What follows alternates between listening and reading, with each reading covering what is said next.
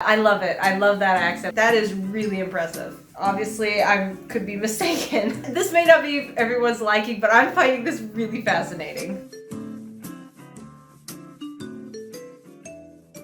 Focus.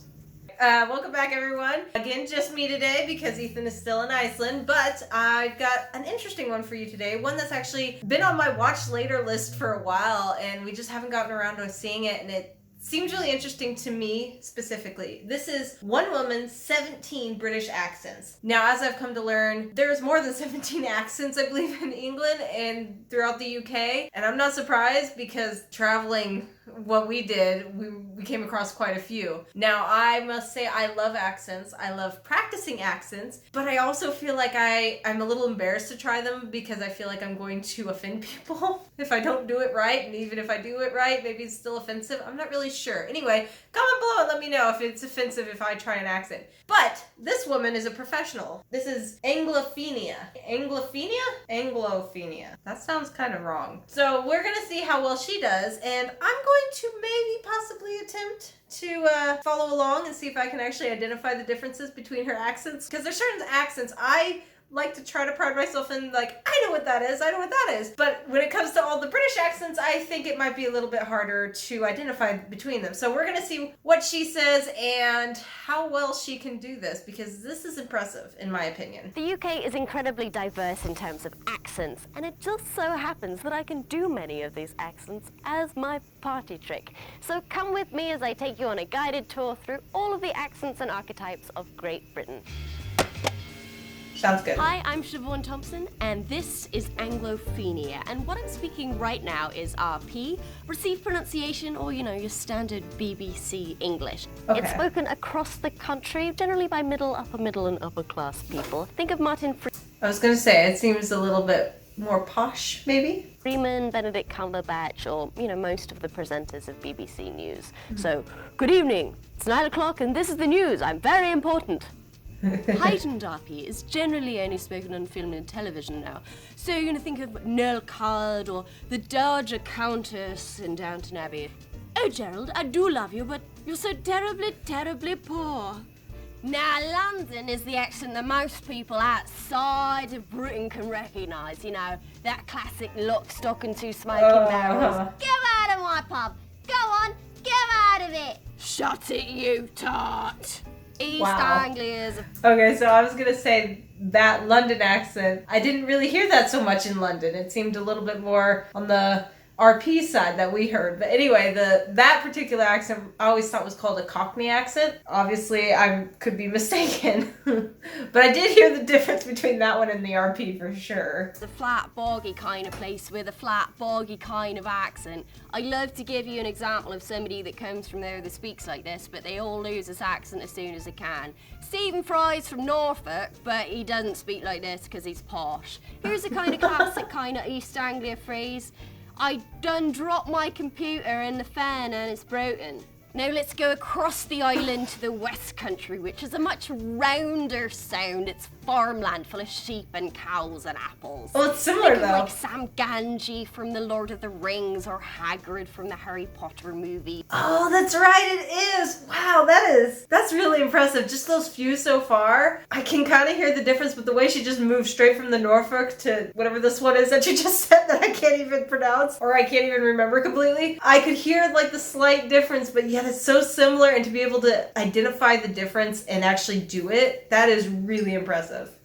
Oh, you bloody kids, get off my land! Or, oh, Mr. Frodo, don't let him turn me into anything unnatural! And then when you go down to Cornwall, it gets a little bit more piratey. So, hoist the mizzenmast, Squire Trelawney. Now, Southern Welsh is this great sing-songy kind of an accent. Think of Tom Jones or Richard Burton. You know, that's interesting. She's got that sound to it, the rolling of the tongue. Think of Tom Jones or Richard Burton. You know, rage against the dying of the light. Bloody hell, I love Dylan Thomas. Northern Welsh is where the singer Duffy is from. It's a breathier, thicker kind of an accent, and most people from there speak Welsh at home, and English is a second language. So, you know, diolch yn fawr. Wow, that's a lot thicker. That's probably the thickest one so far. It was a little harder to understand her that time. Now, across the country to the West Midlands and Birmingham, it's a very nasal kind of an accent, mostly on account of all the industry that went on in that area. Cat Daly, who presents So You Think You Can Dance, is from there, and so is Ozzy Osbourne, you know. Sharon, where's the bloody remote? Yeah, that voice that he does isn't because of drugs, it's just where he's from. Scouse is your classic Liverpool accent. The Beatles are from there, and so's Paul McGann. They were also made European Capital of Culture a couple of years ago by the EU, so don't tell me they're not cultured, alright? Up into Lancashire, She and just you keeps know, going. Christopher Oh, okay. I feel like I need a pause because she just like keeps jumping straight into them, and I can kind of hear the difference. Okay, and I know I said I was going to try some of these, but I don't think I could mimic that at all. She's obviously very good at this, and I would consider her a professional if she's not already. Up into Lancashire, and you know, think of Christopher Eccleston or most of the cast of the Downstairs in Downton Abbey. Daisy, get those buns out the oven before they burn. Oh, Mr. Bates. So, across the Pennines to York. I haven't actually seen Downton Abbey. I mean, I know it's a British show, so I'm not getting most of these references, but I can understand where she's coming from. I know higher class, lower class, that kind of thing. So, across the Pennines to Yorkshire, it's a much kind of flatter accent from Lancashire, and they cut off a lot of the words. So, I'm going to Pub Up Hill. Think of Sean Bean from Lord of the Rings or Game of Thrones. One does not simply walk into Mordor.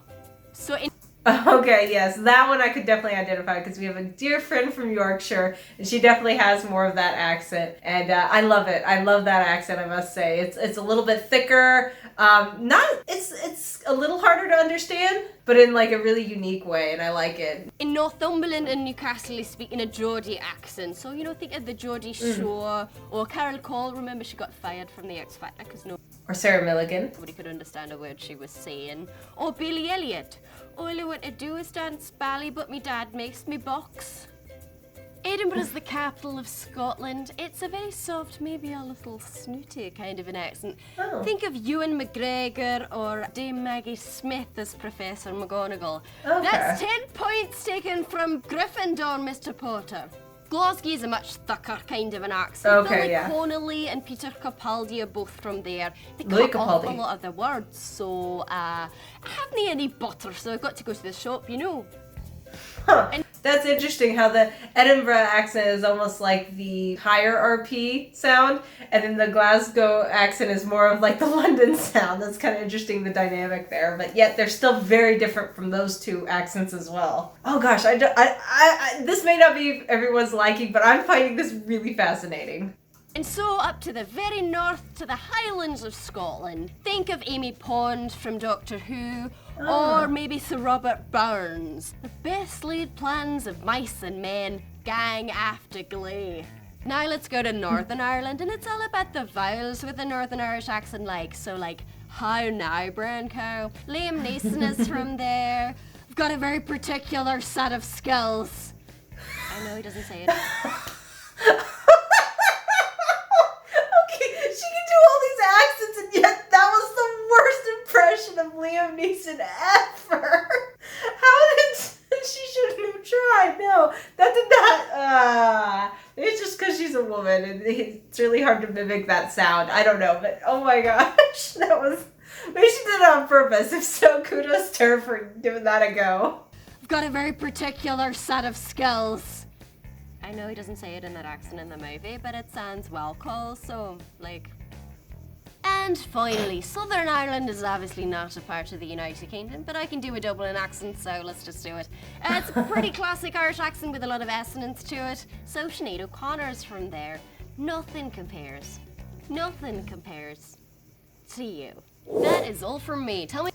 I guess with that particular accent, it looked like she closed her mouth a little bit more. Nothing compares. Like, you can barely see her open her mouth and stuff like that. And, oh my gosh, I feel like I'm going to start talking in an accent. It's just going to be a jumble of all of these. That is all from me. Tell me if there's any British accents that I missed, because I love a challenge.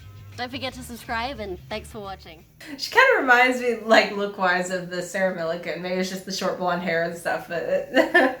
That was very impressive. Now, I'm not positive how many accents are actually out there, but I thought there was like 30-something or within all of Great Britain. And that I'm just blown away at how well she did that and how she was able to differentiate between the accents. And you guys will have to let me know how spot on she was or not, because to an American, that sounded like she was doing a good job. I don't know, it's really hard to tell. Different people talk in different ways, even if they're from the same region or place. They could both grow up in the same place for like all their lives and still have different accents somehow. So I don't know, either way, it was still really impressive to me. So shout out to her, Anglophenia. If you like this kind of video, make sure you leave a like and comment below again, like I said, because I'm always looking for new stuff to look into. And do I dare try British accent? Is it offensive if I try to go British a little bit? I sometimes will practice around the house, and my son is always coming up to me and is like, why are you talking funny? And he makes me stop because he doesn't like it. So I apparently offend my own children with my accent, so I don't want to offend anybody else. But let me know if you want to hear me try, or if it is offensive, because that would be really good to know. Anyway, cheerio, and we'll see you next time. I'm sorry.